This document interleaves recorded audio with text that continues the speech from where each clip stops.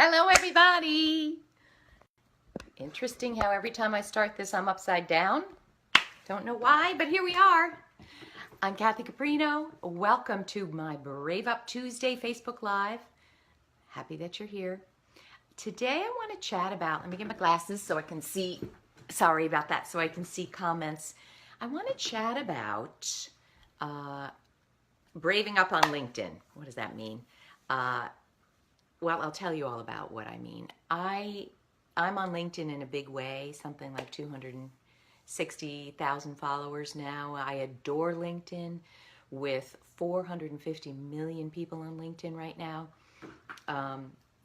It's an incredibly powerful tool, and I believe that anybody in a professional arena, most people anyway, will benefit in a great way if they're on LinkedIn in a bigger way than they are today. And what happens is, because I hear from so many people, either from my Forbes blog or on LinkedIn, I get a chance to look at hundreds of LinkedIn profiles. I think I get maybe something like 30 or 40 requests a day. So I'm looking to link in and connect. I'm looking at profiles kind of nonstop. And I am seeing some very common, I'm going to call them blunders, mistakes, challenges, problems, things that people aren't doing as well as they could do to, number one, develop a bigger tribe, number two, expand their reach, number three, connect with opportunities that are really going to make them happy, number four, have more success in even interviewing and certainly finding jobs and matching with jobs that they're going to love. And if they're in the entrepreneurial arena, we all know we need people to expand our success. We can't do this by ourselves. So for entrepreneurs, small business owners, career coaches, consultants, LinkedIn is an amazingly powerful tool and we need to use it. So a few things I want to start with. I feel that how we do LinkedIn is how we do life. I really mean that. How we do LinkedIn is how we do life. So there's a few things that I can see in your profile in maybe 3 minutes that you don't know I can see. And other people are seeing it too. And you want to be aware of this. So let me start off by some of the biggest blunders I see. The first thing is this. If I go to your profile and I don't see a picture, if I see a headline that's just your job title, and I'm going to talk about that in a little more depth, if you haven't filled out any of your summary or your position descriptions and what you've done, to me, you are either hiding or you're not jazzed about what you're doing. So I'm going to be, I don't mean to be harsh, I don't mean to be snarky, but I'm going to tell you how it appears. If with 450 million people on this platform, it doesn't excite you to write about yourself, I really believe you're not excited about what you're doing in the professional world. And I'd rather see you not have a profile at all than have it completely blank with one person as a connection, because it really isn't what you want to put forward. So let me break it down to some of the bare essentials and foundations, but also a little more of the in-depth how we operate on LinkedIn to build a tribe, to attract opportunities that we're going to love. So the very first thing is your picture. Now, you could talk to 50 other LinkedIn gurus, and I'm not a LinkedIn guru. I'm someone who has used it extensively. I think I've mentioned LinkedIn itself came with a film crew of 12 and filmed a video of my work. I think it was 2 years ago, because a post of mine went viral. I think it's got 3 million views now, when they first opened the publishing platform. So I wouldn't say I spend every waking minute looking at how to optimize LinkedIn, but I would say that I've used it extensively. From that perspective, here's what I'm sharing. The picture. First of all, it's interesting to me how challenging choosing the right photo is for a lot of people. But what we need to remember is it's not Facebook. So it's a professional. Think about it as when people look at you, it's like you're going for an interview. They are scrutinizing They're scrutinizing and they're seeing, is this a good fit? So you don't want to be in your bathing suit. You don't want to be showing too much anything. It's professional. And I also find it interesting. I think it's a metaphor. Some people have other people in the photo, or they're kind of cropped out. What I would say to you is this: this is your time to shine. This is your profile. Make it about you, with you. Get someone to take a beautiful picture of you. It doesn't have to cost anything. It could be a great shot from your camera phone. But make it face forward, big smile, not a snarky expression, because you wouldn't believe how that's such a turnoff, if we're getting a snarly, nasty expression. Think about, here's one tip. Whatever you put out there in the world will come back to you. You will attract more of same. So if you're looking unhappy, if you're looking disgruntled, you're just going to attract it back, and you don't want that. So big, front forward, a great smile. It doesn't have to be boring and corporate. You can make it creative, but understand that what you put out there is what you are going to attract back. And you are going to attract people that resonate with what you're putting out there. Okay, the second thing is this. The tagline under your name, this is blunder number one. Don't make it your job title. Do not make it your job title. Why? You are much more than your job. You are much more than your job. I'm repeating these things because it's so important. I see from a lot of perspectives, you are more than your job. First of all, I see people who've been at Fortune 100 companies or Fortune 500 companies for 10 years, and they get laid off, and they're, over 50, and they're devastated, and they don't have a network, and they don't have a tribe, and they really don't know what they stand for, and they don't know how to talk about it. So if you just indicate to the world, to 450 million people, that you are just your job, then when you lose your job, you lose your identity. Really, it goes very deep. So what I'd love you to think about is everything you have ever been in the professional world. Who you are, what you stand for, what you do at the highest level, and who you do it for. That's what should be in your tagline, your headline. So if you look at mine, for instance, and use mine, Kathy Caprino, as an example, I think it's now Brave Up Expert, woman's career coach, speaker, writer, leadership trainer, dedicated to women worldwide. So what do you know by that? I made up the term Brave Up because, man up is a term we use, but what about half the population who's not a man? It's about mustering the courage and the commitment and the perseverance and the tenacity and the confidence to pursue what you want. So brave up, to me, is the essence of what I'm helping people do. So that's why I've got it there. Some people, I've had people write me, what does that really mean? I'm really interested in learning more. Yay!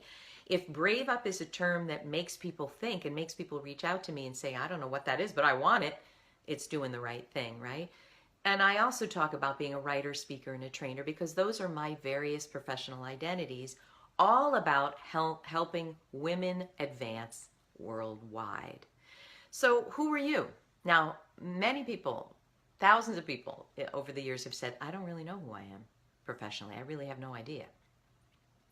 So what I'd ask you to do, and I'm going to link to it below this video, I have an 11-page career path assessment. It's questions I wish someone had asked me 30 years ago. And if I had answered them, I would not have made the mistakes I made, really. So sign up for that. Sign up for my newsletter. You'll get that. And fill it out incredibly honestly. Don't skim through it. Don't take 1 hour. It's deep.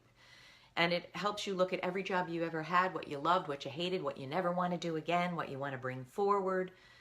The greatest accomplishments, the greatest challenges. It asks you your values and your personality and the legacy you want to leave behind. Fill out this career path assessment. And then you're going to have a much deeper sense of who you really are in the professional world. Here's another thing. You might be doing a job that 50% of it you like and the other 50% you hate. Don't talk about the stuff you hate. Because again, remember, what you put out in the world, you will attract more of.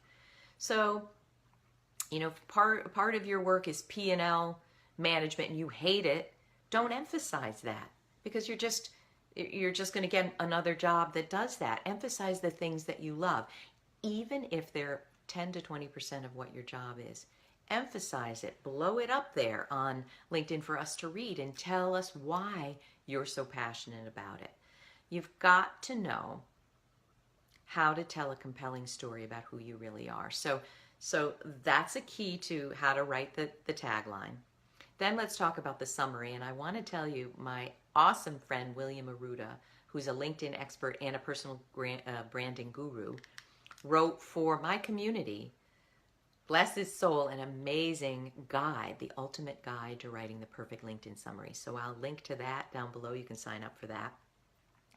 But what I see, the blunder I see so often, is the way people summarize in their summary section. The way they summarize themselves is either incredibly boring and flat and talks about tasks that they've done, but nothing about outcomes that they've delivered, things that they're passionate about, what they stand for in the professional world. The other challenge with the summary is some people have done a motley variety of things, and to look at the listing, it kind of doesn't make sense. Or, for instance, there's been a long gap. Some people have taken some long time out of the workforce. Well, your summary has to explain you. It has to talk about you in the highest level. And I don't mean lie, I don't mean fake it, and I don't mean embellish. But it has to tell a really powerful, compelling story that makes us say, wow, I really want to learn more about this person. So definitely download the LinkedIn guide that I'm going to offer below this video and follow what William suggests. If the summary of you is boring, lackluster, just about facts and just about tasks that you've done, it's not doing you a service. You're going to lose people. All right. Let me talk too about when you list your job functions. So many people leave it blank. They just list the title. Or they do what we've done on resumes, which is a mistake on the resume as well. Responsible for overseeing, 3 business segments worth $100 million in revenue. That tells me very, very little. Okay, you had a high-level job. We need to know much more than that. In what way were you responsible? Of all the things you had to do, what are you most proud of? Like I remember in my last VP job, I oversaw 2 business units, and there were lots of things going on with those business units.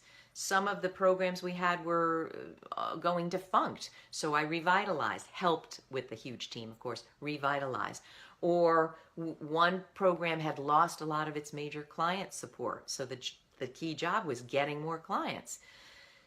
Look at everything you've done and what stands out the most, how you did it in a way no one else would do it, and why it matters to you.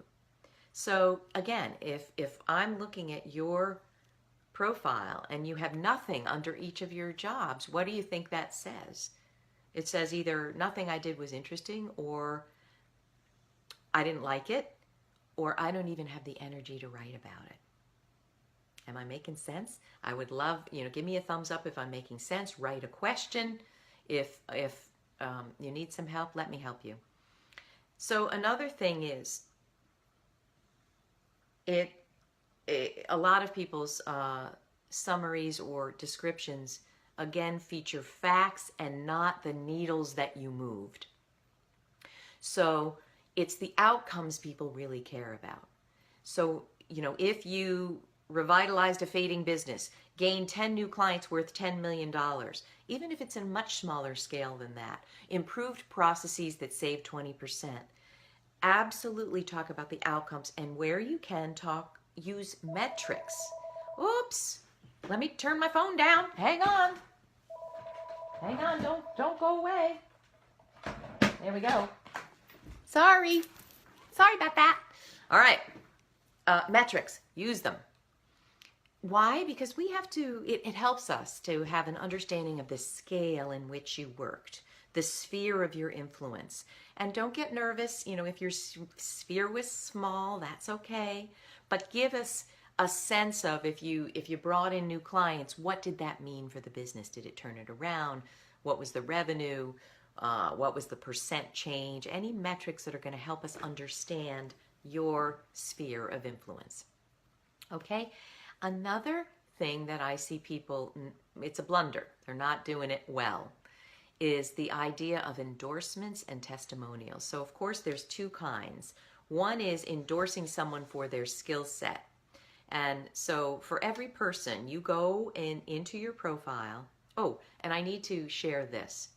There is a setting in your settings functionality where you can turn off allowing other people to see what you're changing in your profile.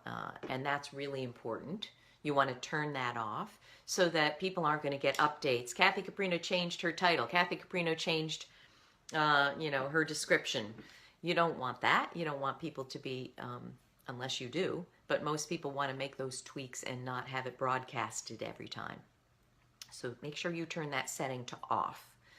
All right, where are we? Endorsements and testimonials. Okay, within your profile, you are able to set up a certain number, I think it's 20, skills. What you are skilled at. And you know what? I see this too. I know a lot of people, and I see that they've listed skills.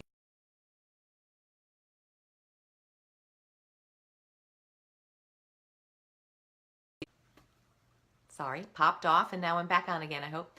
List the ones that are core to you. Don't embellish. Don't say you're great at accounting when you're not. Don't say you're great at social media when you barely know how to do it. Don't do that. Always, we want to be incredibly authentic, and we want to honor how we're great and how we are of service. So indicate those 20 skills, right? And then what you want to do is give to other people first. And I don't mean fakely, I don't mean inauthentically, I mean find 50 people that you would want to endorse. And, often it runs at the top of your screen so you can see people and you can endorse them right there, and you can keep going and keep clicking and endorsing. Go and find 50 people that have made a difference in your life and endorse them for skills. Most likely they'll endorse you back, but even not, you've done a random act of kindness, and that will change your day and that will change your week.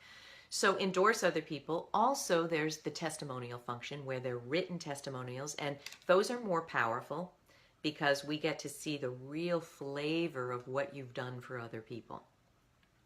I feel the best way to get them is write them for other people. And I'm going to link to a Forbes post I wrote with exact language also for asking for testimonials. So you can read that. It's the Forbes post about the 3 top blunders I see in mid-career professionals on LinkedIn. But basically, you're going to reach out to, say, 10 people who you love and love you back, respect you, admire you, appreciate you, honor you. And you could say something like, "Hi, Sally, I've been so happy to see your success and progress at Microsoft. Really so great to see that. Sally, I'm reaching out right now because I'm building up my LinkedIn profile and would love to expand my reach and outreach. And I remember so fondly the work we did together, or the job we had together, or the project we worked on together. And I'm hoping that you would be open to writing a few words of testimonial about your experience working with me. Thank you so very much, and I'm thrilled to reciprocate." There's one way to do it. I know it's hard. I remember the first time I sent my first request, it took me, forever to press the button send. But when you do, it is so life-changing, eye-opening to see what people really think about you that you really never knew. So find 50 people, click on endorse their skills. Do that this week. Find 10 people or 50 people that you love, that return the respect and admiration, and ask them for a testimonial and give them a testimonial. 2 other things. There are a lot of different tools on LinkedIn. You can search for people, you can search for jobs, you can search for job titles. There are groups to join. Join every group that you can. I think for me, there's a limit of 50. I'm not sure for your profile level. Join them and follow them and add to the discussions. So the third big piece here is thought leadership. No longer are the days that you're good at your job, you're good at being a director of marketing or VP of finance, and that's okay, that you're in a silo and that's all right. You really today, if you want to expand your opportunities, expand your reach, expand the number of people who know of you so that you can enlarge your opportunities, it's important for you to show that you have thought leadership, that you are not just going in every day and doing a job, or not just in your home office sitting at the computer, but you're thinking. You're thinking about your role, you're thinking about your field, you're thinking about the impact you're making, you're thinking about other people's impact on you when you're talking about it. You're leading with your thought. You can do that in so many ways, but first of all, I believe most of us on LinkedIn now are able to post. They can use the platform to post. Use it. Use it. Now, I don't say just throw something up there just to get your name out. It's important that you do it thoughtfully and you think about, here's another thing, what you post and what you write about should be your sweet spot that you want to attract more of. So I have a client, for instance, who's an amazing PR maven, and she had wanted to write something that was way out of, we call it the swim lane, or your sweet spot. That isn't a great idea, because really you're investing time in writing and you want to attract back attention and interested parties in topics that are going to move you forward the most. So choose 5 topics that you care about, that are in your sweet spot, that you have something to say about, and write 1,000 words. The research shows that on LinkedIn posts, 1,500 words seem to get the most attention. Start sharing your thought leadership. If that scares you, start writing in Word. Start a blog and do it for 6 months, just privately between you and you.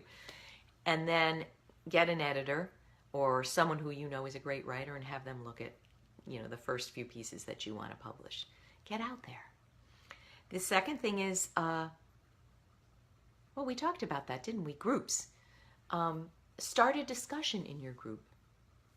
Show your thought leadership by asking a question that is going to generate some very rich discussion.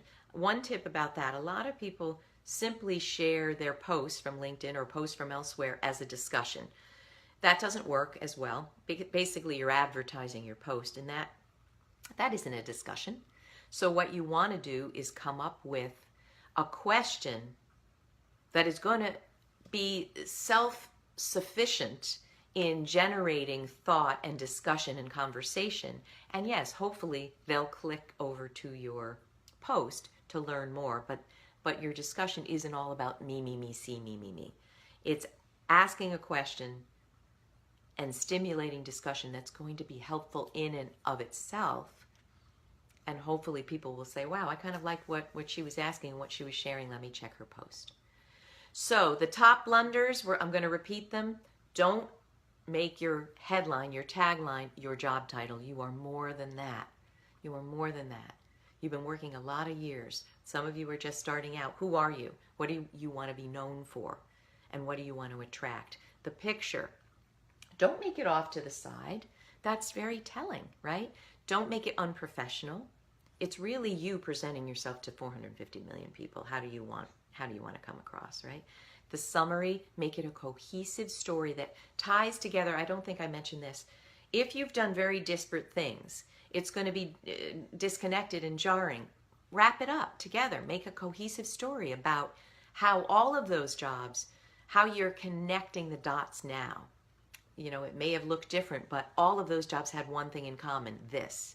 Help us understand who you are and what you've been working towards and striving towards all these years that you're working. And finally, build your tribe there. Share your thought leadership. Get endorsements. Ask and give endorsements. Ask for and give testimonials. Build your tribe there. It's so empowering. And I promise you, when you commit some time to this, again, how you do LinkedIn is how you do work.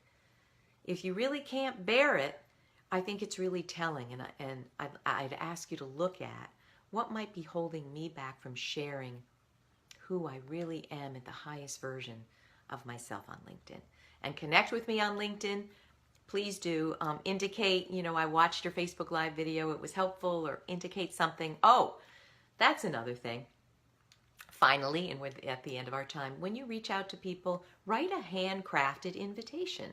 Not the generic, I'd like to connect with you on LinkedIn. Write something. Kathy, I watched your Facebook post and your Facebook Live, and it really resonated with me.